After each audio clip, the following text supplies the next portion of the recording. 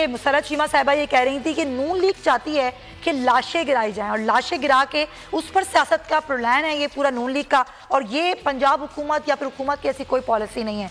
खिलदार साहब, ऐसा चाहते हैं आप लोग, तसातुम चाहते हैं? देखिए, पहले अगर आप मुझे इजाज़त दें सुमैया, मैं फैसल हमारे दोस्त हैं उनको थोड़ा जवाब दे दूं। ये जो उन्होंने आखिरी लफ्ज़ किया कहा कि इनको बड़ी फैंटी लगेगी, फैसल भाई को मैं बता दूं कि जिस तरह इमरान खान ने जो उनकी नालायकी और इन पॉलिसियों ने इस मुल्क को जो नुकसान दिया है, जो GDP 5.8 था वो मुनफी हो गया, 55 वाली चीनी 100 हो गई और डॉलर 100 वाला 160 रुपये हो गया, आटा महंगा हो गया। ये जो फैंटी अवाम को उन्होंने लगाई है, अगर यही सब कुछ होता रहेगा इस मुल्क के साथ और इन नायलों से की तरफ से यही इस तरह फैंटी लगती रहेगी, तो मैं समझता हूँ कि अब वक्त आ गया कि ये फैंटी इनको वज़ीर-ए-आज़म हाउस से निकाल के बन्नी गाला की तरफ भेज दें और यही फैंटी इनको लगनी है। और मैं समझता हूँ पाकिस्तान के अवाम ने कोई कसूर नहीं किया कि ये जो फैंटियाँ हैं जो भी लगा रहे, तो ये अब बर्दाश्त से बाहर है। तो यहाँ आके ऐसा कौन सा जादू कर देंगे कि फिर अवाम जो है उसके लिए दूध और शहद की नहरें बह जाएंगी? नहीं, फैंटियां तो 10 साल में लगी ना। शहबाज शरीफ साहब ने 10 साल में 40,000 अरब रुपए की फैंटी लगाई है। मियाँ साहब ने जो करप्शन की है, वो केसेस, वो फैंटियां जो कौम को लगती रही हैं, जो कौम मकरूज होती रही है, उस फैंटी को क्या होगा?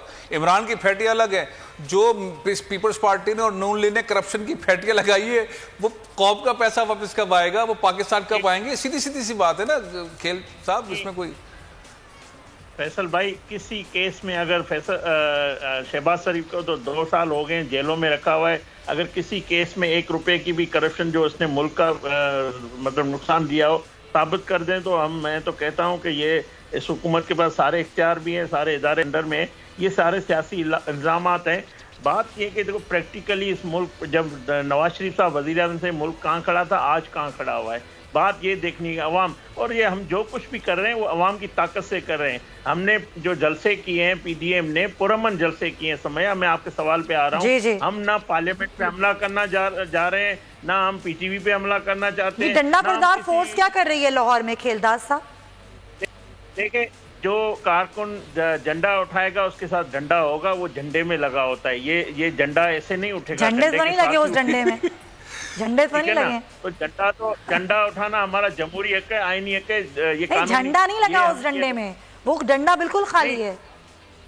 नहीं, डंडा देखें, अगरचे कहीं पे भी, जिस तरह इन्होंने कल DJ भट्ट को पकड़ा, मुझे बताएं क्या कसूर था? अगर कुर्सियों वालों को पकड़ रहे हैं तो क्या इमरान खान परमिशन नहीं दी है ना पंजाब हुकूमत ने? सर, कोरोना एक्ट के तहत परमिशन नहीं है जलसा करने की, कुर्सियां लगाने की। मैं बताऊं, ठीक है, परमिशन नहीं है। DJ भट्ट को जो इनका कल इनके साथ ये सेल्फियां खिंचवाता था और इसको गले लगा के बैठा था, आज इनकी सतह इस सतह पे आ गए हैं कि DJ भट्ट से ये घबरा गए। फिर भी DJ भट्ट कह रहा है कि खेलदार साहब, मैं टाइगर हूँ इमरान खान का। तो टाइगर के साथ जो इन्होंने किया है, तो मैं समझता हूँ ये अपने वफादार साथियों के साथ, या वो तो एक प्रोफेशनल आदमी है और हमने उसको एक हायर किया है जलसे के लिए, उसका कसूर क्या है? सही। तो बात ये है कि देखें, हुकूमत के इरादे आपके सामने, पानी छोड़ा गया ग्राउंड में। इन्होंने मुल्तान में जो कुछ किया, मुल्तान में इन्होंने साउथ पंजाब को सूबा तो नहीं दिया, जिस तरह इन्होंने कारकुनों को मारा, वहाँ के लोगों को मारा, जिस तरह तशद्दुद किया, जिस तरह गिरफ्तारियां की, मैं से तारीख में मिसाल नहीं मिलती। और ये कहते हैं कि मैं जलसा करने नहीं दूंगा, और इनको FIR के थ्रू ये कहते हैं मारेंगे नहीं। मैं कहता हूं कि ये अवाम जाग चुकी है पाकिस्तान की, इनको नजर आ रहा है कि पाकिस्तान की अवाम क्या चाहती है, तो ये इसी तरह इनका रवैया भी बदला है और ये हमें जलसा करने की तमाम रुकावटें। चलें, आप ये कह रहे हैं कि पाकिस्तानी अवाम आपके साथ है और ये वक्त आप लोग बदलने जा रहे हैं। चले देखते हैं कि कितना वक्त बदलता है। जरा फैसल करीम कुंडी साहब से भी बात कर, पीपल्स पार्टी का मौक़िफ़ भी आना बड़ा ज़रूरी है। फैसल साहब, असल सवाल जो बन रहा है वो आप लोगों के हवाले से ही बन रहा है, क्या पीपल्स पार्टी सिंध हुकूमत छोड़ देगी, सिंध असम्बली से इस्तीफे दे देगी, और यही सारी तवज्जो है PDM की भी? इस सवाल का जवाब आप लोग कब देंगे? जी कुंडी साहब। फैसल साहब, मुझे आपकी आवाज नहीं आ रही है। रिकनेक्ट करते हैं, फैसल करीम कुंडी साहब को रिकनेक्ट करते हैं ताकि उनका मौक़िफ़ आए। वैसे साहब, जब तक आप छोटा सा मौक़िफ़ ज़रा मुझे ये दीजिए कि अब ये जो आवाम की ताकत है, ये आवाम की ताकत का सर चश्मा होगा कि हुकूमत तब्दील हो जाएगी, या फिर लग रहा है आपको कुछ कर पाएंगे? देखिए, तुरुप का पत्ता पाकिस्तान पीपल्स पार्टी के पास है और वो है सिंध गवर्नमेंट वो छोड़ दें। अगर पाकिस्तान पीपल्स पार्टी वाकई संजीदा है और मियाँ साहब के साथ है और मौलाना फजलुर रहमान साहब के पीछे खड़ी है और सच्चाई के साथ खड़ी है, क्या नहीं खड़ी? मैं तो अमली तौर पे कह रहा हूं, अगर पीपल्स पार्टी सिंध से रिजाइन कर देती है, हुकूमत छोड़ देती है, तो बहरान वाकई जाहिर है फिर बनेगा कोई सिनेरियो। कुंडी साहब, आप हमारे साथ कनेक्टेड हैं।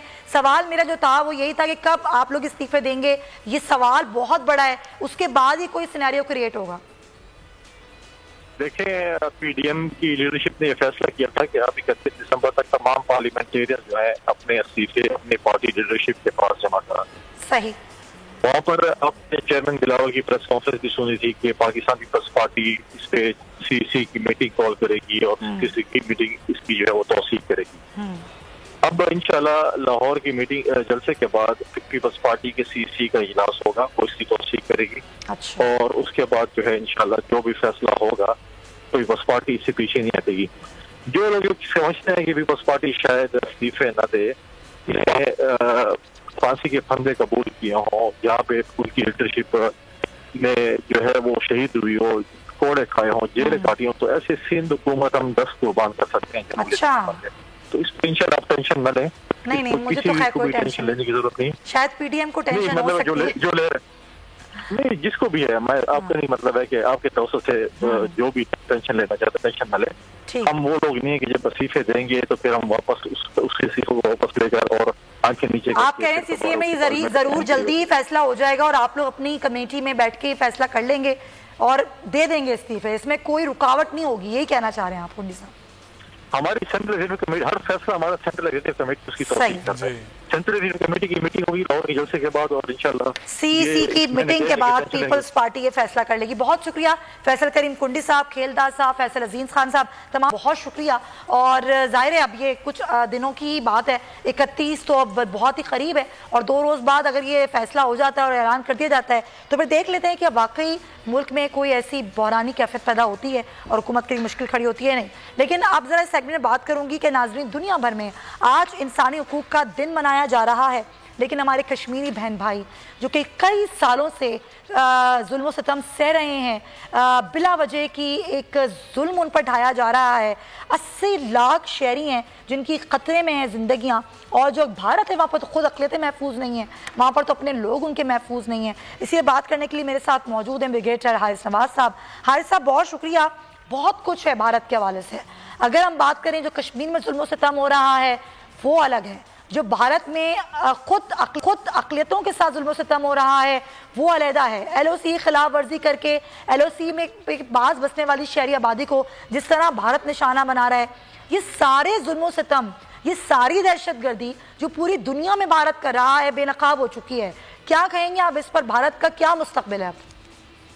ये एक नहायत अफसोसनाक बात है कि एक तो आज इंसानी हकूक़ का आलमी दिन है और फिर जो इंसानी हकूक़ की ऑर्गेनाइजेशन है, यूनाइटेड नेशंस हैं, उनको आज का दिन मनाते हुए कम से कम एक रिन्यू प्लेज करना चाहिए कि जी आइंदा हम इंश्योर करेंगे किसी भी कॉन्टिनेंट में, किसी मुल्क में इंसानी हकूक़ की पामाली ना हो। वो बात भी नहीं।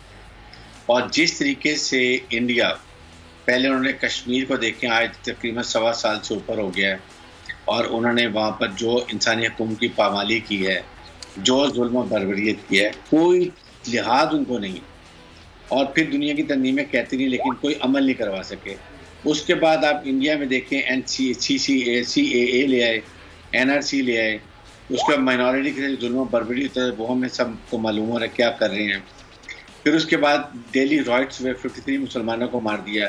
और अब आप देखें कि साथ ही जो ये पंजाब में सिखों के साथ किसानों को साल हो रहा है वो आपके सामने है। मैं हैरान हूँ कि दुनिया के इतने बड़े बड़े ये ह्यूमन राइट्स के चैम्पियन जो हैं, ममालिक हैं, वो क्या कर रहे हैं? क्यों खामोश है? क्या सिर्फ तजारती इंटरेस्ट हैं, दुनिया के पॉलिटिकल इंटरेस्ट हैं? इंसान के कोई हकूक़ नहीं है कि कम से कम आप जुल्म पैलेस्टाइन ये में क्या इंसानी हकूक की तंजीमें किस मुंह से बात करती हैं और किस मुंह से ये इंसानी हकूक का दिन मनाती हैं हारिस साहब? यही मुझे हैरानी है कि आज का दिन क्या, अगर आप पीछे देखते हैं कि आपने क्या कॉन्ट्रीब्यूशंस की हैं, तो क्या ये जेनोसाइड हो रहा है जिस तरीके से पैलेस्टाइन का हो रहा है, फिर उसके बाद कभी यमन में कर रहे हैं, कभी किसी मुल्क में कर रहे हैं, जहाँ जाते हैं में हो रहा है। तो ये सोचने की बात है, लम्हा फिक्री है, और ये सबको आज के दिन सोचना चाहिए। मुझे यकीन है कि आज के अगर सेमिनार हो रहे हैं और डिस्कशन हो रही हैं, तो वहाँ लोग जो एक बहुत ही पढ़े लिखे और एक सिविलाइज्ड कंट्रीज की बात करते हैं, तो क्या वहाँ पर ऐसे जुल्म होने चाहिए, ये सोचने की बात है। आज का दिन ये बहुत बड़ा आई ओपनर है तमाम मुल्कों के लिए। सही। तो बड़े मुल्क जो इन्फ्लुएंस करते हैं यूनाइटेड नेशंस को, कि क्या जो 1945 में यूनाइटेड नेशन को बनाया गया था, क्या उसके मकसद से, क्या वो और वो किस पर काम कर रही है अब तक, और ये इंसानी हुकूक का दिन मनाने का मकसद क्या है? जब पूरी दुनिया में इंसानों पर जुल्म और सितम हो रहा है तो कौन इस पर आवाज उठाएगा?